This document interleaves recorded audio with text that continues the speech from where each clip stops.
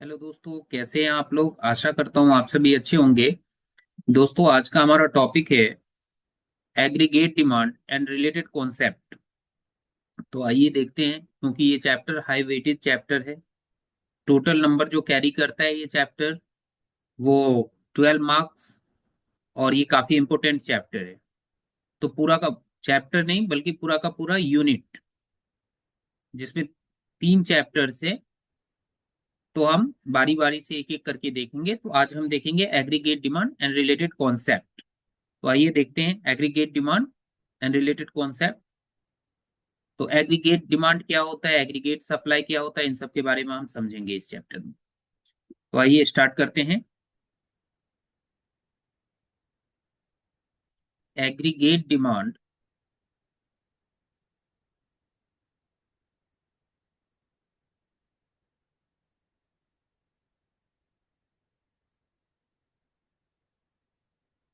Demand and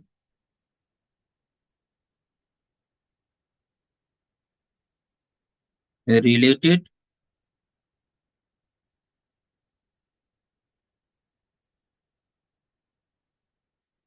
concept.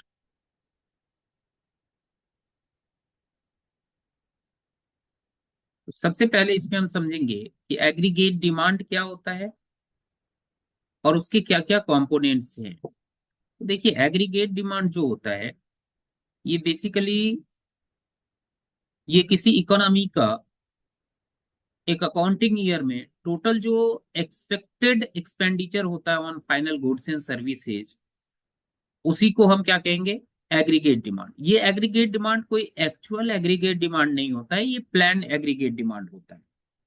तो इसको हम किस तरीके से डिफाइन कर सकते हैं। तो ये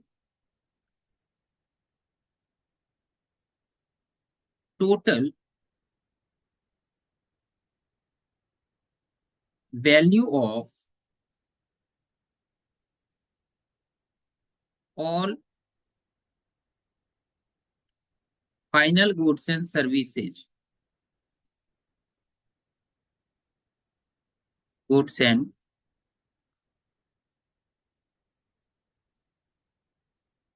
services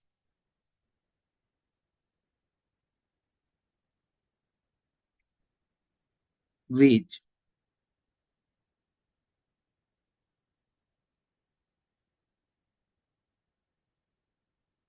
all the sectors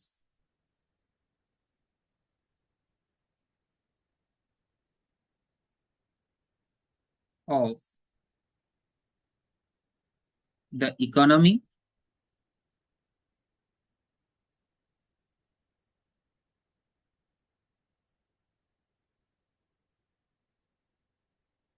all the sectors of the economy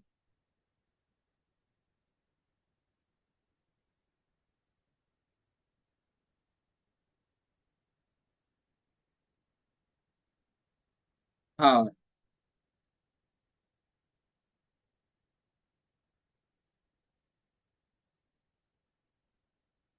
planning to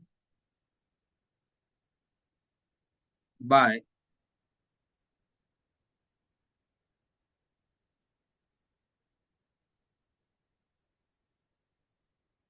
during an accounting year,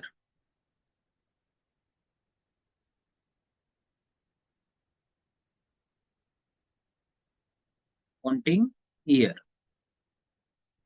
तो ये हमारा एग्रीगेट डिमांड होता है। अब देखिए, इस एग्रीगेट डिमांड में क्या कह रहा है। इस एग्रीगेट डिमांड में कह रहा है कि जितने भी final goods and services produce किया है इकोनॉमी ने, उसको इकोनॉमी ने जो प्लानिंग की है, जितनी क्वांटिटी को या जितने वैल्यू के गुड्स एंड सर्विसेज को बाय करने का एक अकाउंटिंग ईयर में, उसी को हम कहेंगे एग्रीगेट डिमांड। तो total value of all final goods and services which all the sectors of economy are planning to buy. तो इसका मतलब क्या है कि ये एग्रीगेट डिमांड, ये क्या है, ये प्लान्ड एग्रीगेट डिमांड है, ये एक्चुअल नहीं होगा, ये क्या होगा, प्लान्ड होगा। ठीक है। तो यहां पर एग्रीगेट का मतलब हमने देखा, हमने 11th क्लास में डिमांड पढ़ा, फिर मार्केट डिमांड, इंडिविजुअल डिमांड।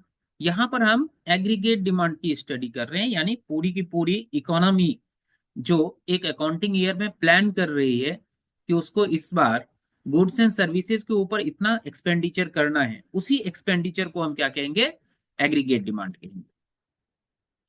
फिर हम देखते हैं इसके कंपोनेंट्स। तो अब हम देखेंगे कि कंपोनेंट्स ऑफ एग्रीगेट डिमांड, यानी एग्रीगेट डिमांड में किस किस एक्सपेंडिचर को या किस किस सेक्टर्स के एक्सपेंडिचर को इंक्लूड किया जाता है। तो हम अब देखेंगे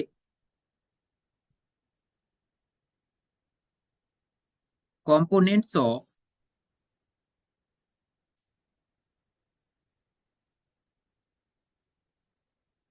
एग्रीगेट डिमांड।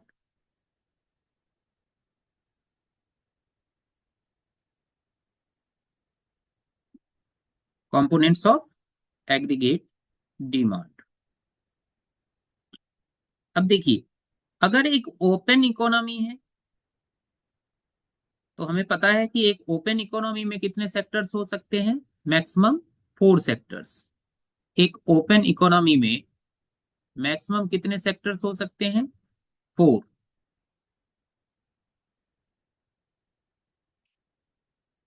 कौन कौन से, एक तो हाउस होल्ड सेक्टर, एक प्रोड्यूसर सेक्टर, एक गवर्नमेंट सेक्टर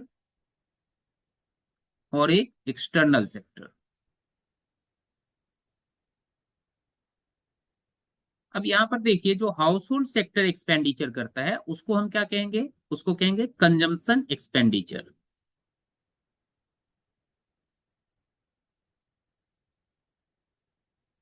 कंजम्पशन एक्सपेंडिचर। जो प्रोड्यूसर सेक्टर इन्वेस्टमेंट करेगा उसको हम क्या कहेंगे, उसको कहेंगे इन्वेस्टमेंट एक्सपेंडिचर। जो गवर्नमेंट ने, उसको हम कहेंगे गवर्नमेंट एक्सपेंडिचर या गवर्नमेंट फाइनल एक्सपेंडिचर। और एक्सटर्नल सेक्टर्स में हम जो कुछ भी सेल करते हैं उसको हम क्या कहेंगे, एक्सपोर्ट। तो यहाँ पर बेसिकली जो कॉन्सेप्ट आता है वो एक्सपोर्ट माइनस इंपोर्ट आता है, एक्सपोर्ट। अब देखिए, इस हिसाब से एक ओपन इकोनॉमी में एग्रीगेट डिमांड का क्या क्या कॉन्सेप्ट, एग्रीगेट डिमांड के क्या कौन कौन से कंपोनेंट्स होंगे। तो एक ओपन इकोनॉमी में मैक्सिमम एग्रीगेट डिमांड के 4 कंपोनेंट्स होंगे। कौन कौन से, कंजम्पशन एक्सपेंडिचर को हम कहेंगे सी, फिर गवर्नमेंट एक्सपेंडिचर को कहेंगे जी, फिर प्रोड्यूसर सेक्टर की एक्सपेंडिचर को कहेंगे आई यानी इन्वेस्टमेंट, और एक्सटर्नल सेक्टर्स को कहेंगे एक्स माइनस एम या नेट एक्सपोर्ट या नेट एक्सपोर्ट। ठीक है। तो C plus G plus I plus net export, इन सबको जब हम प्लस कर देंगे तो एग्रीगेट डिमांड कंस्टिट्यूट होगा। बट ये एक ओपन इकोनॉमी में, 12th लेवल पे आपको ओपन इकोनॉमी स्टडी करने की जरूरत नहीं है। 12th लेवल पे हम ओपन इकोनॉमी को स्टडी नहीं करेंगे। इसका मतलब कि आप क्लोज्ड इकोनॉमी को, लेकिन क्लोज्ड इकोनॉमी में भी 2 सेक्टर्स मॉडल को हम फॉलो करेंगे। तो एक तो हम इसे स्टडी नहीं करने वाले, दूसरा हम गवर्नमेंट को स्टडी नहीं करने वाले। तो बचा कौन, सी और आई, यानी एग्रीगेट डिमांड ओपन इकोनॉमी के लिए क्या होगा, सी plus I plus G plus net export, ये होगा आपका ओपन इकोनॉमी का। लेकिन आपको इसको नहीं पढ़ना और इसको नहीं पढ़ना, तो आपके लिए aggregate demand is equal to क्या कहलाएगा, C plus I. Aggregate demand is equal to C plus I. अब हम देखते हैं कि इसको, इसका टेबुलर प्रेजेंटेशन अब हम देखेंगे कि ये कंजम्पशन प्लस इन्वेस्टमेंट, ये क्या है, consumption plus investment, consumption plus investment. तो हम ये देखेंगे कि कैसे एग्रीगेट डिमांड सी प्लस आई को ऐड करके बनता है। इसका एक टेबुलर प्रेजेंटेशन हम देखेंगे। दूसरी बात कि एग्रीगेट डिमांड को जब हम स्टडी करते हैं तो इसको दो तरीके से हम स्टडी कर सकते हैं। इसको दो तरीके से हम स्टडी कर सकते हैं। कैसे? एक तो प्राइस से, जनरल प्राइस लेवल जो इकोनॉमी में है उस प्राइस लेवल से ऐड करके या रिलेट करके, और दूसरा इनकम लेवल से रिलेट करके। तो ये आपको 12th लेवल पे price level, general price level से रिलेट करके आपको नहीं स्टडी करना है, आपको इनकम से रिलेट करके, जो इकोनॉमी का जो नेशनल इनकम है उससे रिलेट करके एग्रीगेट डिमांड को हम स्टडी करने वाले हैं। तो आइए देखते हैं इसका टेबुलर प्रेजेंटेशन।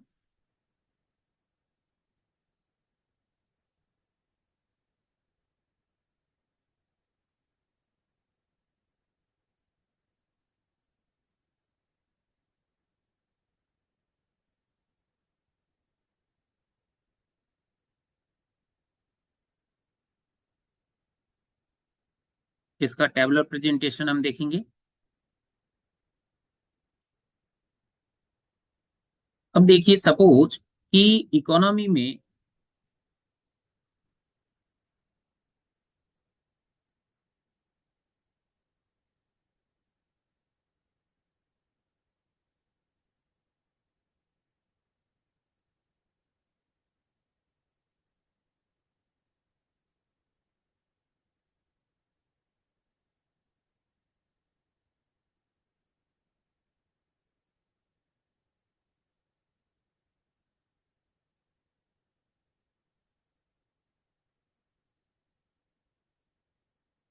सपोज कि ये इकोनॉमी का वाई है, वाई इकोनॉमिक्स में इनकम को कहते हैं।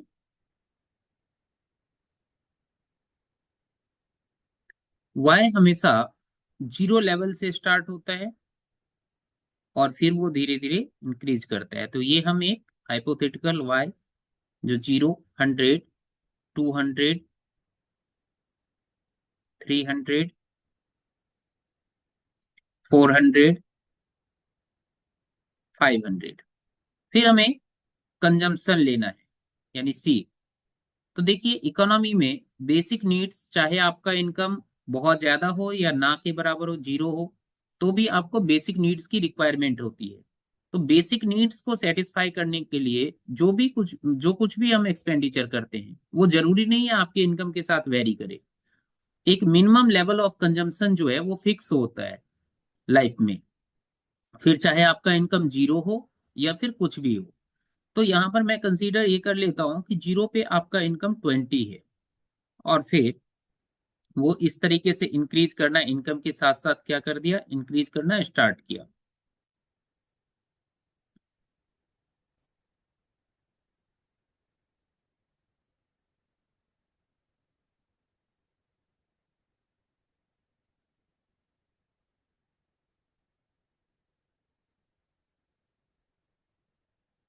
यहाँ पर जो हम जीरो लेवल ऑफ इनकम पे जो कुछ भी कंजम्पशन देख रहे हैं वो हमारा ऑटोनोमस कंजम्पशन होता है, और जो हम इन्वेस्टमेंट ले रहे हैं ये भी हमारा कौन सा इन्वेस्टमेंट होगा, ये भी ऑटोनोमस इन्वेस्टमेंट होगा। ऑटोनोमस इन्वेस्टमेंट क्या होता है?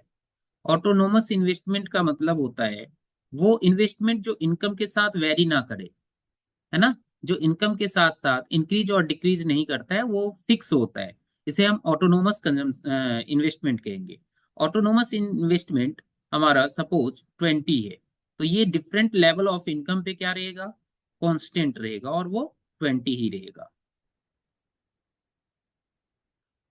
यहाँ पर अब हम एग्रीगेट डिमांड देखेंगे तो एग्रीगेट डिमांड का फॉर्मूला क्या है? एग्रीगेट डिमांड का फॉर्मूला है सी प्लस आई। अब आप देखो सी प्लस आई यानी ये हो गया आपका 40, ये हो गया 120, ये हो गया 200, ये हो गया 280 और ये हो गया आपका 360 और ये हो गया आपका 440। ये एग्रीगेट डिमांड। अब आप देखो कि इस टेबल में कि एक लेवल पे इनकम क्या है हमारा 0, बट इस पे कुछ ना कुछ कंजम्पशन है। इसी कंजम्पशन को हम क्या कहते हैं? Autonomous consumption. इस कंजम्पशन को भी हम क्या कहेंगे?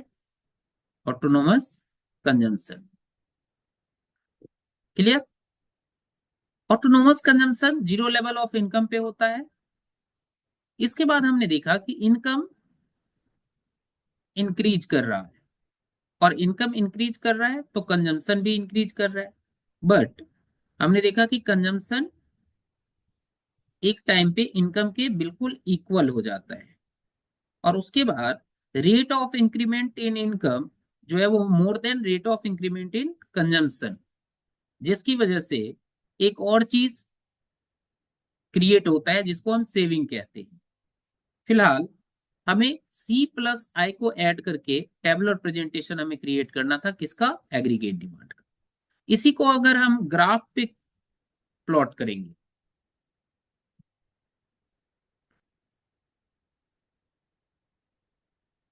इसी चीज को अगर हम ग्राफ पे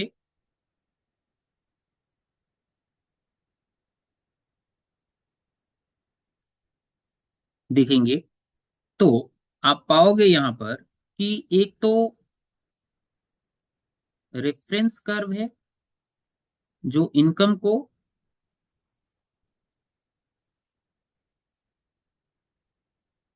शो करता है और ये रेफरेंस कर्व, इसको हम 45 डिग्री लाइन भी कहते हैं,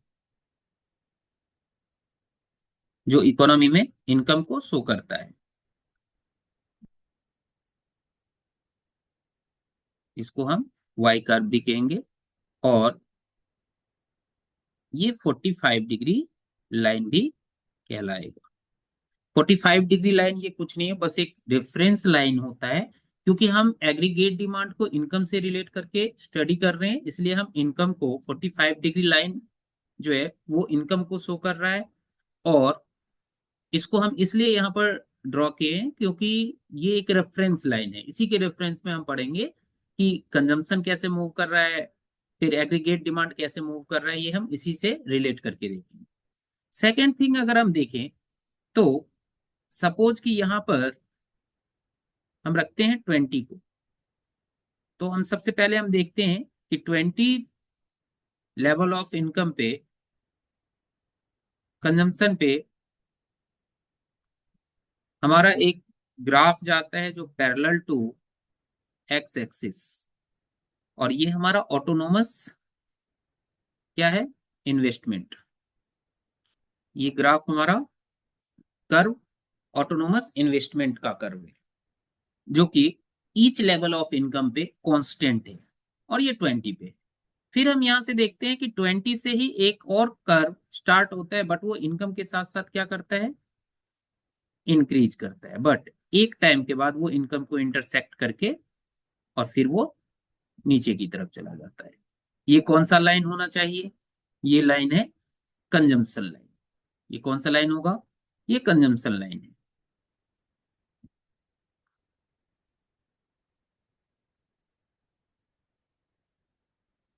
फिर सपोज कि 20 यहां है तो यहां पर हम किस चीज को लेंगे? यहां पर कौन सा डिजिट रखेंगे? 40। अब हम देखते हैं यहां से एक लाइन फिर जाता है और वो एक पॉइंट पे इनकम को इंटरसेक्ट करके नीचे की तरफ चला जाता है और इसको हम कहेंगे एग्रीगेट डिमांड। ये वाई एक्सिस है और ये एक्स एक्सिस है। एक्स एक्सिस पे हमेशा हम इनकम को रखते हैं और वाई एक्सिस पे हम क्या रखेंगे? वाई एक्सिस पे रखेंगे एग्रीगेट डिमांड सी प्लस आई, यानी एग्रीगेट डिमांड और सी और आई को। अब यहाँ पर हम देखते हैं कि ये एक रेफरेंस लाइन है जो कि इनकम लाइन जिसे हमने कंसीडर किया है। उस रेफरेंस लाइन से हम कंजम्पशन और एग्रीगेट सॉरी इन्वेस्टमेंट और एग्रीगेट डिमांड, तीन लाइन को हम रिलेट करके देखेंगे। तो सबसे पहले एक एक लाइन तो हमारा जो 20 पे पैरेलल गया है, यानी ये लाइन, ये तो हमारा ऑटोनोमस इन्वेस्टमेंट है, इसकी तो मूवमेंट कांस्टेंट है।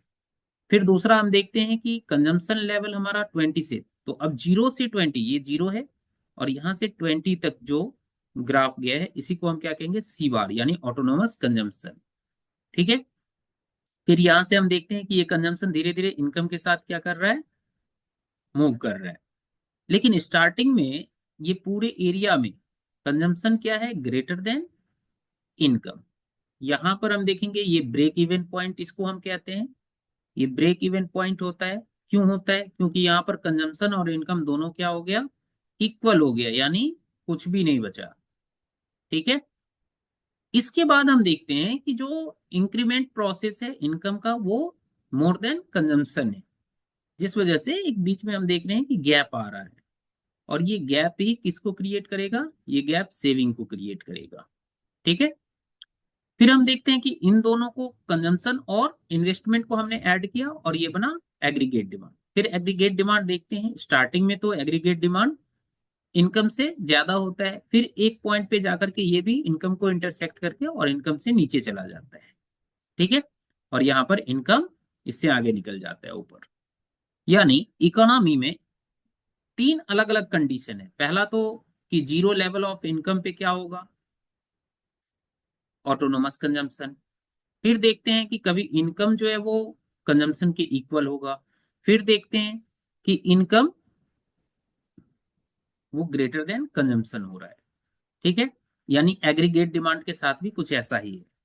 एग्रीगेट डिमांड में हम देखेंगे कि पहले तो एग्रीगेट डिमांड जो है वो ग्रेटर देन क्या हो रहा है, इनकम हो रहा है। फिर हम देख रहे हैं कि एग्रीगेट डिमांड क्या हो रहा है, इक्वल टू इनकम हो रहा है। और फिर हम देखेंगे कि aggregate demand less than income हो रहा है।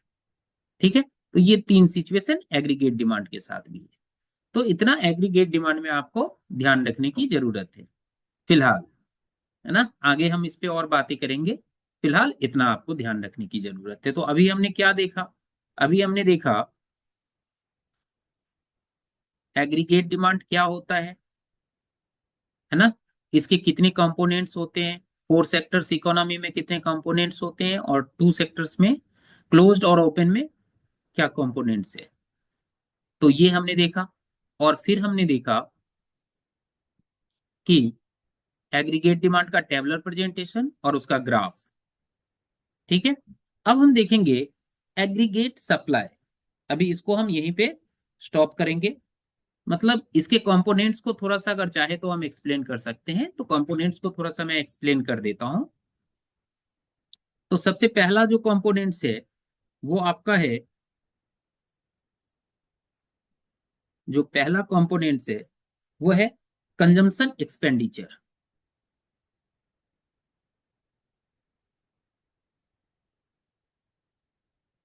कंजम्पशन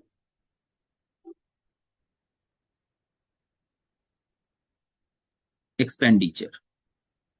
अब देखिए ये कंजम्पशन एक्सपेंडिचर ये पहला कंपोनेंट्स है। तो कंजम्पशन एक्सपेंडिचर का मतलब क्या है, कि जितना भी हाउस होल्ड है ना, जो हाउस होल्ड है उसने फाइनल गुड्स एंड सर्विसेज के ऊपर ड्यूरिंग एन अकाउंटिंग ईयर में जितना भी एक्सपेंडिचर किया है ना, वो सब के सब क्या कहलाएगा आपका, वो सब के सब कहलाएगा कंजम्पशन एक्सपेंडिचर। ठीक है। एक अकाउंटिंग ईयर में, during an accounting year, expenditure incurred by house hold on final goods and services. ठीक है। तो हाउस होल्ड ने जितना भी एक्सपेंडिचर इनकर्ड किया है किस पे, फाइनल गुड्स एंड सर्विसेज के परचेज पे, उसको हम क्या कहेंगे, कंजम्पशन एक्सपेंडिचर। अब देखिए कंजम्पशन एक्सपेंडिचर जो होता है ये लेवल ऑफ इनकम से, और लेवल ऑफ किस इनकम से, लेवल ऑफ डिस्पोजेबल इनकम से। अब ये डिस्पोजेबल इनकम क्या होता है साहब, देखिए एक नया वर्ड आ गया, डिस्पोजेबल इनकम। अब ये इनकम क्या होता है, डिस्पोजेबल इनकम क्या होता है? डिस्पोजेबल इनकम क्या होता है, देखिए, जो हमारा पर्सनल इनकम होता है, पर्सनल इनकम का मतलब कि जो कोई भी इंडिविजुअल अर्न करता है, उसमें से जब हम टैक्स वगैरह, टैक्स, कोई गवर्नमेंट फी या फाइन है, ये सब जब हम पे कर देते हैं, इसके बाद जो इनकम बचता है, रेस्ट जो इनकम रह जाता है, ये इनकम अब इसमें से किसी को हमें पे नहीं करना है, अब हम इस इनकम को अपने ऊपर खर्च कर सकते हैं। यही इनकम डिस्पोजेबल इनकम कहलाता है।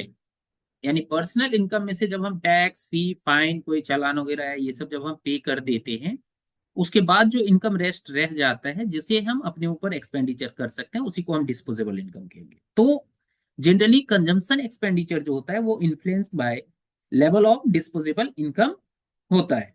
अगर डिस्पोजेबल इनकम हाइयर हुआ, है ना, तो कंजम्पशन लेवल भी क्या होगा, हाइयर होगा। और अगर डिस्पोजेबल इनकम कम हुआ, तो कंजम्पशन लेवल भी कम होगा। ठीक है, ये जो डिस्पोजेबल इनकम है, ये अगर हाइयर लेवल का हुआ, तो कंजम्पशन लेवल भी क्या होगा, ज्यादा होगा। और ये अगर डिस्पोजेबल इनकम अगर लोअर लेवल पे है, तो कंजम्पशन भी लोअर लेवल पे होगा। यानी ये इनकम से डायरेक्ट रिलेटेड है ना, डायरेक्टली रिलेटेड है जो कंजम्पशन एक्सपेंडिचर है। फिर हम देखेंगे,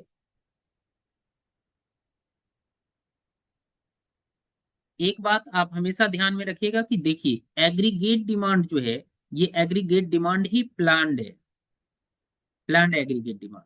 अब ये प्लान्ड एग्रीगेट डिमांड है, तो इसके जितने सारे कंपोनेंट्स हैं, सबके सब प्लान्ड होगा, कोई भी एक्चुअल नहीं होगा।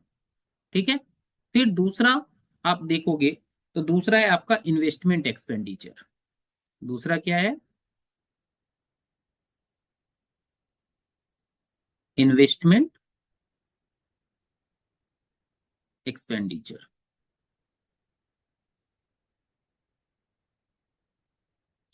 अब देखिए, ये जो इन्वेस्टमेंट एक्सपेंडिचर है ना, तो जितने भी प्राइवेट फर्म्स हैं, इन्वेस्टमेंट एक्सपेंडिचर का मतलब क्या है, जितने भी प्राइवेट फर्म्स हैं, उन्होंने जितने भी एक्सपेंडिचर किए हैं, किस पे, कैपिटल गुड्स के ऊपर।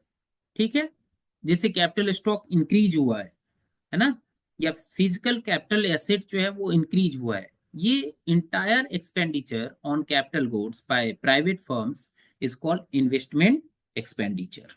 ठीक है, यानी मशीनरी, इक्विपमेंट, बिल्डिंग्स, इन सब के ऊपर। ठीक है।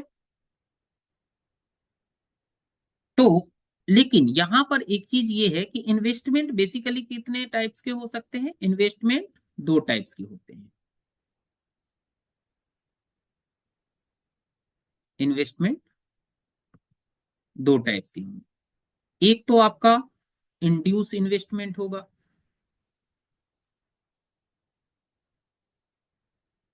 और एक होगा आपका ऑटोनोमस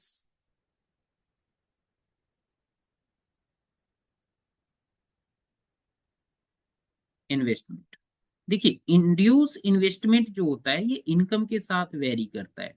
यानी अगर इनकम इनके, ये basically with a motive of earning profit, है ना, ये प्रॉफिट अर्निंग के मोटिव से इन्वेस्ट किया जाता है।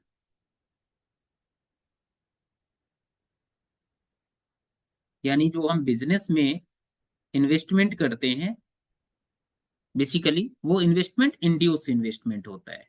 कैसे? क्योंकि वो हमें इनकम जनरेट करके देता है, और इनकम जनरेट करके जब देता है, तो हम उसे री इन्वेस्टमेंट करते हैं। तो ये इनकम के साथ साथ, अगर इनकम इंक्रीज कर रहा है तो इंड्यूस इन्वेस्टमेंट इंक्रीज करेगा, अगर इनकम डिक्रीज कर गया तो इंड्यूस इन्वेस्टमेंट भी डिक्रीज कर जाएगा। बट ये जो ऑटोनोमस इन्वेस्टमेंट है, ये कभी इनकम के साथ वेरी नहीं करता। ये कांस्टेंट होता है, हमेशा स्टैटिक फॉर्म में होता है। क्या होता है, कांस्टेंट होता है, चाहे इनकम कुछ भी हो।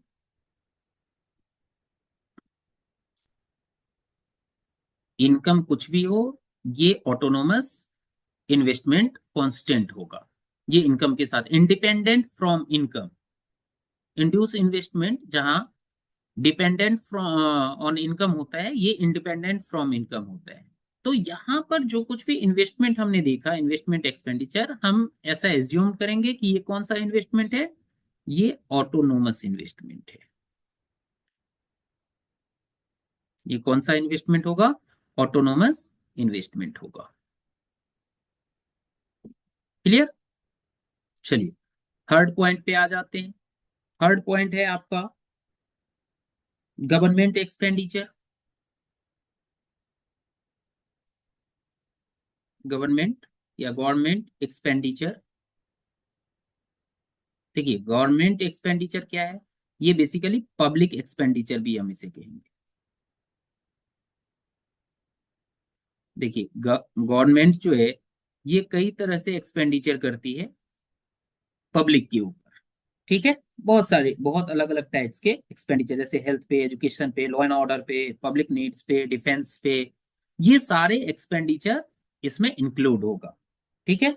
और इसके बाद आता है आपका फोर्थ नंबर पॉइंट, और ये है आपका नेट एक्सपोर्ट। नेट एक्सपोर्ट में आप समझते हो कि नेट एक्सपोर्ट में क्या होगा, एक्सपोर्ट माइनस इंपोर्ट। यानी जितना हमने फॉरेन कंट्री को सेल किया, उसमें से जितना हमने फॉरेन कंट्री से परचेज किया उसको माइनस कर देंगे, हमारा क्या आ जाएगा, नेट एक्सपोर्ट। तो ये चार के चार कंपोनेंट्स है, किसके कंपोनेंट्स है, ये एग्रीगेट डिमांड के कंपोनेंट्स है। ये चार के चार एग्रीगेट डिमांड्स के कंपोनेंट्स है, इसको ध्यान में रखना है। तो एग्रीगेट डिमांड में बेसिक अभी इतना ही। ठीक है, अब हम लोग स्विच करते हैं एग्रीगेट सप्लाई पे। आई होप कि आपको एग्रीगेट डिमांड समझ में आया होगा। अगर जो कुछ भी पॉइंट अगर समझ में नहीं आता है, आप जरूर कमेंट बॉक्स में जरूर आप कमेंट ड्रॉप कीजिए। मैं इंडिविजुअली उसके ऊपर एक वीडियो, उसी टॉपिक के ऊपर एक वीडियो बना करके मैं अपलोड करूंगा। ठीक है, अब हम जरा स्विच करते हैं एग्रीगेट सप्लाई के ऊपर। तो आइए एग्रीगेट सप्लाई एक बार हम लोग फिर से रिवाइज कर लेते हैं, हमने क्या क्या देखा है। आइए फर्स्ट पेज पे चलते हैं।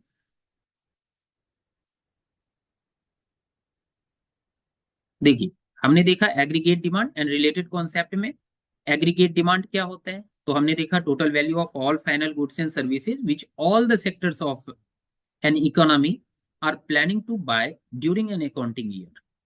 तो total value of all final goods and services, जितने भी गुड्स एंड सर्विसेज हैं, सबके जितने भी फाइनल गुड्स एंड सर्विसेज हैं, ठीक है, एक अकाउंटिंग ईयर में इकोनॉमी ने जितना भी प्लान किया है उनके ऊपर एक्सपेंडिचर करने का, उसी को हम एग्रीगेट डिमांड कहते हैं। इट मीन्स कि एग्रीगेट डिमांड एक प्लान्ड एक्सपेंडिचर है, एक प्लान डिमांड है, जो एक इकोनॉमी एक अकाउंटिंग ईयर में करती है, ये एक्चुअल नहीं है। फिर हमने देखा कंपोनेंट्स ऑफ एग्रीगेट डिमांड, लेकिन कंपोनेंट्स ऑफ एग्रीगेट डिमांड को समझने से पहले हमने सेक्टर्स ऑफ इकोनॉमी देखा। ओपन इकोनॉमी में कितने सेक्टर्स होंगे, टोटल 4 सेक्टर्स होंगे मैक्सिमम। एक house hold sector, producer sector, government sectors and external sectors. फिर हमने देखा हाउस होल्ड जो कुछ भी करेगा वो कंजम्पशन एक्सपेंडिचर कहलाएगा, प्रोड्यूसर जो कुछ भी करेगा वो इन्वेस्टमेंट एक्सपेंडिचर कहलाएगा, गवर्नमेंट गवर्नमेंट एक्सपेंडिचर, और एक्सटर्नल सेक्टर्स में हम देखेंगे नेट एक्सपोर्ट। इस लिहाज से aggregate demand is equal to C plus I plus G plus net export. But हमें दो सेक्टर्स को अवॉइड करना है, हमें केवल कंजम्पशन और इन्वेस्टमेंट को देखना है। तो aggregate demand is equal to C plus I. आ जाइए इसका टेबलर प्रेजेंटेशन जो हमने देखा और ग्राफिकल प्रेजेंटेशन। तो टेबलर प्रेजेंटेशन हमने ये देखा, ये सारा हाइपोथेटिकल टेबल है, एक इमेजिनरी टेबल है जो एक इकोनॉमी की एग्रीगेट डिमांड, उसके इनकम, उसके कंजम्पशन और इन्वेस्टमेंट को शो कर रहा है। फिर यहाँ पर हमने एक हाइपोथेटिकल एक एग्रीगेट डिमांड कर्व भी हमने देखा। एग्रीगेट डिमांड कर्व पे हमने हर एक चीज को ड्रॉ करके हमने देखा कौन सा कर्व किस तरीके से मूव करता है। फिर यहाँ पर हमने थोड़ा सा इलेबोरेट करके समझा एग्रीगेट डिमांड के कंपोनेंट्स को। डिस्पोजेबल इनकम क्या होता है, कंजम्पशन एक्सपेंडिचर क्या होता है, इन्वेस्टमेंट एक्सपेंडिचर क्या होता है, फिर इन्वेस्टमेंट में हमें इंड्यूस नहीं, ऑटोनोमस हमें कवर करना है। फिर गवर्नमेंट एक्सपेंडिचर या पब्लिक एक्सपेंडिचर क्या होता है, नेट एक्सपोर्ट क्या है, ये हमने समझा। अब हम स्विच करते हैं एग्रीगेट सप्लाई पे। तो आइए समझते हैं एग्रीगेट सप्लाई।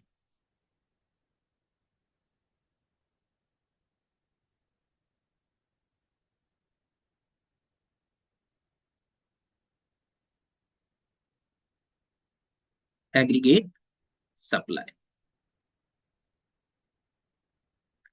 अब यहां पर हमने इससे पहले देखा कि टोटल इकोनॉमी यानी इंटायर इकोनॉमी ने जो एक अकाउंटिंग ईयर में प्लान एक्सपेंडिचर जितने भी फाइनल गुड्स एंड सर्विसेज है उसके ऊपर जो प्लान एक्सपेंडिचर करने का सोचा था उसको हम क्या कहते हैं, एग्रीगेट डिमांड। ठीक है, यहां पर हम एग्रीगेट सप्लाई देखेंगे। एग्रीगेट सप्लाई देखिए, एग्रीगेट सप्लाई का मतलब होता है total money value of all final goods and services, ठीक है, that all the producer are willing to supply in an economy. ठीक है, तो इसको हम क्या कहेंगे, total money value.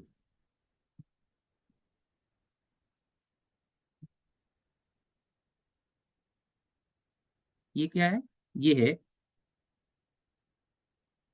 Total money value of all goods and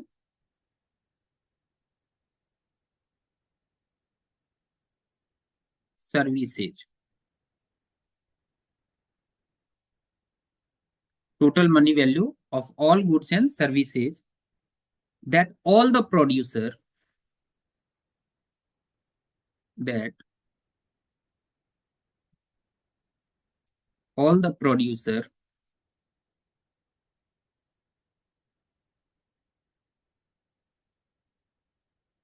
are willing to supply, are plan to supply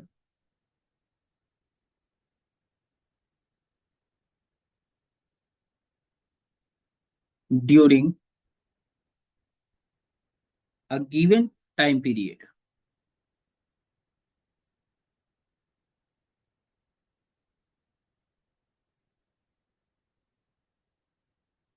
time period.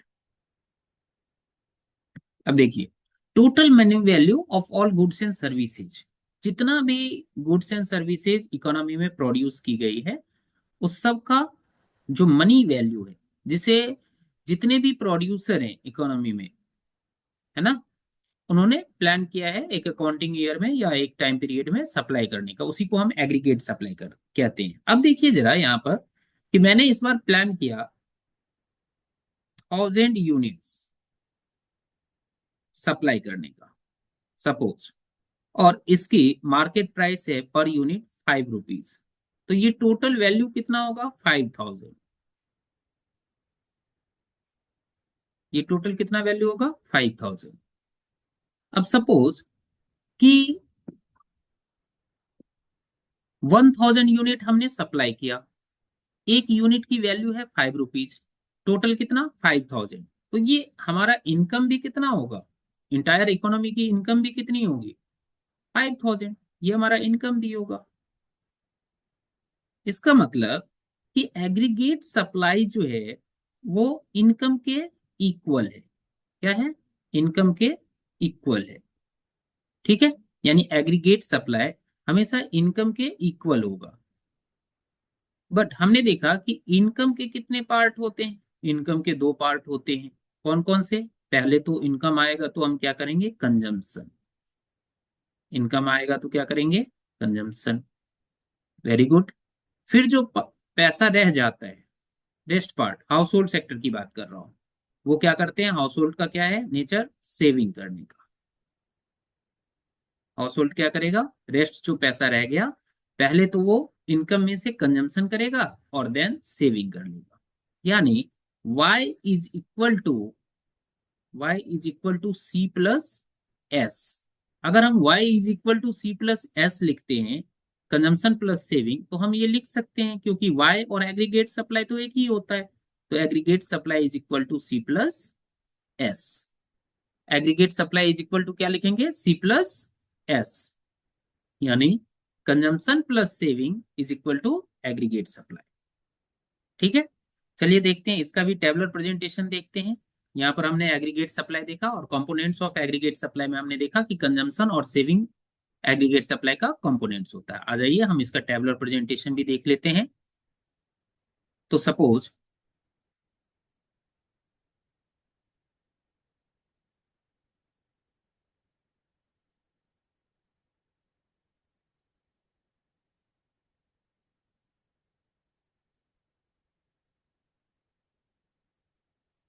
ये कुछ columns बना करके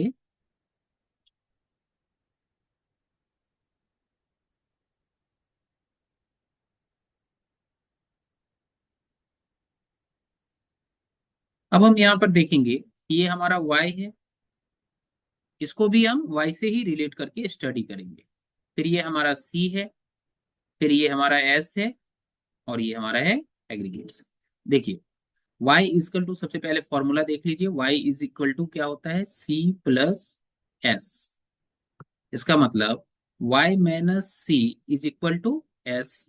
ठीक है, y हम वही पुराना डेटा उठाते हैं, 0, 100, 200, 300, 400, 500।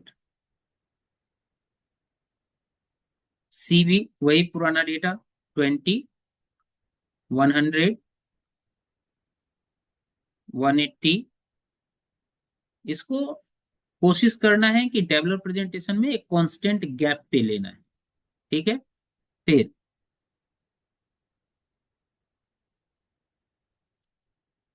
260, 340 और 420। ठीक है, अब y में से हम c को माइनस करेंगे तो ऐसा आ जाएगा, तो 0 माइनस 20 माइनस 20, 0, 20, 40, 60 और 80। ये हमारा सेविंग हो गया। अब हम इन सी, अब ए एस का क्या फॉर्मूला होता है, एग्रीगेट सप्लाई का फॉर्मूला क्या होता है, सी प्लस एस। तो सी प्लस एस अगर हम करेंगे तो ये क्या आ जाएगा, 0, ये हो जाएगा 100, ये हो जाएगा 200, ये हो जाएगा 300, ये हो जाएगा 400, ये हो जाएगा 500।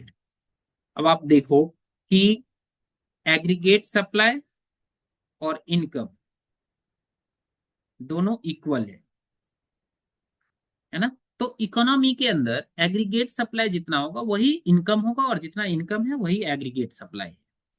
आइए इसका ग्राफिकल प्रेजेंटेशन हम लोग देखते हैं। तो ग्राफिकल प्रेजेंटेशन अगर हम लोग देखेंगे,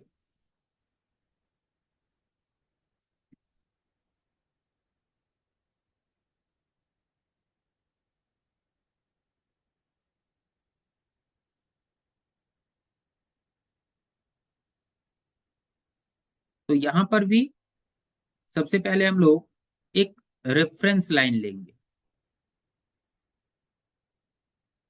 सबसे पहले तो दो एक्सिस हमें प्लॉट करना है,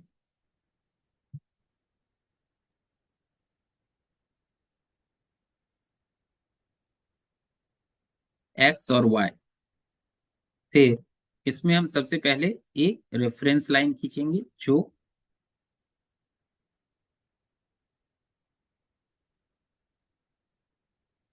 इसे आप इनकम भी कह सकते हैं, और यही हमारा होगा aggregate supply line.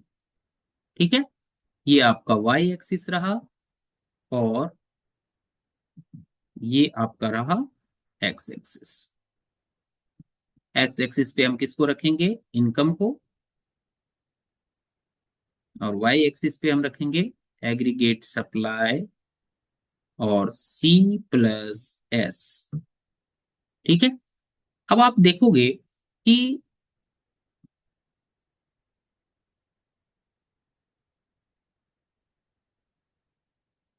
Aggregate supply में सबसे पहले आप देखोगे कि एग्रीगेट सप्लाई लाइन है हमारा, जिसे हम इनकम लाइन भी कहते हैं। सबसे पहले इसमें से हम एक कंजम्पशन लाइन को खींचेंगे, ना, क्योंकि एग्रीगेट सप्लाई ऑब्वियसली किस किस को शो करता है, कंजम्पशन और सेविंग को। तो एक कंजम्पशन लाइन हमने 20 से तो यहां से खींचा जो कि 20 है, और वो इस पॉइंट पे इंटरसेक्ट किया वाई को और आगे निकल गया। ये हमारा कौन सा लाइन है, ये है आपका कंजम्पशन लाइन। अब आप देखो यहां पर हमने 20 लिया, तो 20 पे हमने देखा कि कंजम्पशन 20 से स्टार्ट हुआ और इनकम के साथ साथ इंक्रीज होता गया, और एक पॉइंट पे आकर के इनकम को इंटरसेक्ट करता है इस पॉइंट पे, जिसे हमने क्या नाम दिया था, ब्रेक इवन पॉइंट। ठीक है, ये एक सेचुरेशन पॉइंट होता है जहां जाकर के हर एक चीज इक्वल हो गया, जीरो हो गया, तो ये ब्रेक इवन। अब हम देखेंगे कि जितना, जहां तक कंजम्पशन इनकम के क्या है, कंजम्पशन इनकम से ऊपर है, उतनी ही दूरी पर, उतने ही डिस्टेंस को सेविंग कवर करेगा डिस सेविंग में। और फिर जहां पर इनकम क्या हो जाएगा, कंजम्पशन के इक्वल, वहां पर सेविंग क्या हो जाएगा, जीरो। अब आप यहां से अगर देखोगे तो आपको ये चीज पता चलेगा,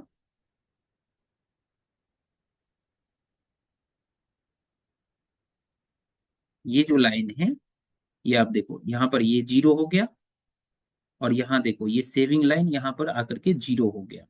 इससे पहले देखिए कि कंजम्पशन जब तक इनकम से ग्रेटर है, पूरा का पूरा सेविंग डिस सेविंग है, ये पूरा डिस सेविंग है, ये माइनस सेविंग है। ठीक है, इसके बाद हमने देखा क्योंकि यहाँ पर कंजम्पशन ज्यादा हो रहा है, इनकम ऑब्वियस, हमारा इनकम अगर सपोज की इनकम कम है और कंजम्पशन ज्यादा है तो हम माइनस में जा रहे हैं, इसलिए ये डिसेविंग हो रहा है। फिर हमने यहाँ देखा कि इनकम और कंजम्पशन दोनों, यानी 100 रुपीज हमने अर्न किया और 100 रुपीज हमने एक्सपेंडिचर कर दिए, तो हमारे पास क्या बचा, कुछ नहीं बचा, तो सेविंग हमारा क्या हो गया, जीरो। फिर हमने देखा कि एक पॉइंट के बाद, यहाँ पर देखिए एक पॉइंट के बाद, ये 100 के बाद यहाँ पर क्या हो रहा है, ये ब्रेक इवन पॉइंट है, यहाँ पर 100 इक्वल। इसके बाद हम देख रहे हैं कि इनकम का जो इंक्रीजिंग रेट है वो कंजम्पशन की इंक्रीजिंग रेट से ज्यादा है, यानी increasing rate of income is more than the increasing rate of consumption. ये किसको क्रिएट करता है, यही सेविंग को क्रिएट करता है। और यहां पर क्या क्रिएट हो रहा है, पॉजिटिव सेविंग, ये पॉजिटिव सेविंग है, ये वाला नेगेटिव सेविंग है, और ये आपका जीरो सेविंग है। क्यों, बीईपी पे है, ये जीरो सेविंग। तो ये आपका टोटल एग्रीगेट सप्लाई का जो कर्व और टेबलर प्रेजेंटेशन है वो है। ठीक है, तो यहां तक आई होप कि आपको समझ में आया होगा। इसी को आप एग्रीगेट सप्लाई या फिर नेशनल इनकम या इनकम लाइन कह सकते हो। ठीक है, आई होप कि आपको यहां तक समझ में आया होगा ना। नेक्स्ट टॉपिक में हम कंजम्पशन फंक्शन और प्रोस्पेरिटी टू जो प्रोपेंसिटी टू कंज्यूम है, सॉरी, प्रोपेंसिटी टू कंज्यूम है, और जो कंजम्पशन फंक्शन है उसको हम लोग समझेंगे। तो नेक्स्ट वीडियो फिर वापस आपको एक दिन बाद वापस से आपको मिलेगा, जिसमें हम कंजम्पशन फंक्शन और प्रोपेंसिटी टू कंज्यूम समझेंगे, जिसमें हम कंजम्पशन इनकम के साथ कैसे फंक्शन करता है, फिर हम सेविंग फंक्शन देखेंगे। और जब इन दोनों को देख लेंगे तो कुछ फॉर्मूला है, कुछ क्वेश्चन न्यूमेरिकल्स है, उसको भी हम लोग सॉल्व करेंगे। क्योंकि ये total entire unit total 12 number के हैं, यानी 12 मार्क्स के हैं, तो उस लिहाज से ये काफी इंपॉर्टेंट होता है, ये पूरा का पूरा यूनिट। तो इसको हम समझेंगे। आज के सेगमेंट में इतना ही। आशा करता हूं कि आप लोगों को समझ में आया होगा। थोड़ा सा राइटिंग का इधर उधर है, क्योंकि मैं राइटिंग पैड यूज करता हूं, और ये फिर मैं रिकॉर्ड करता हूं, तो इस पे अभी बहुत ज्यादा जो है वो ग्रिपिंग बन नहीं पाया है, जिसकी वजह से ये दिक्कत आती है। बहरहाल उसको भी मैं ठीक करूंगा। आई होप कि आपको समझ में आया होगा। कोई अगर प्रॉब्लम है किसी पॉइंट में, या मुझे और क्या क्या इम्प्रूव करनी चाहिए, उसको आप कमेंट बॉक्स में लिख सकते हैं, या फिर अगर आप मुझे डायरेक्ट मैसेज भी कर सकते हैं। और डायरेक्ट मैसेज मुझे मेरे मोबाइल नंबर पे आप कर सकते हैं, व्हाट्सएप पे, जो कि मेरा नंबर है 8826940877। ये मेरा नंबर है, आप यहाँ भी मैसेज कर सकते हैं। और इसमें अगर कोई इम्प्रूवमेंट की रिक्वायरमेंट है, वैसे तो बहुत सारी इम्प्रूवमेंट की रिक्वायरमेंट है, आई नो दैट, वो धीरे धीरे हो जाएगा। और प्लीज आप लोगों का सपोर्ट रहा तो बहुत कुछ इसमें चेंजेस आपको देखने को मिलेगा। सब्सक्राइब, लाइक और शेयर जरूर कीजिए, ज्यादा से ज्यादा सब्सक्राइब कीजिए और करवाइए भी। ठीक है, इतना ही कहूंगा। धन्यवाद। स्वस्थ रहिए, मस्त रहिए।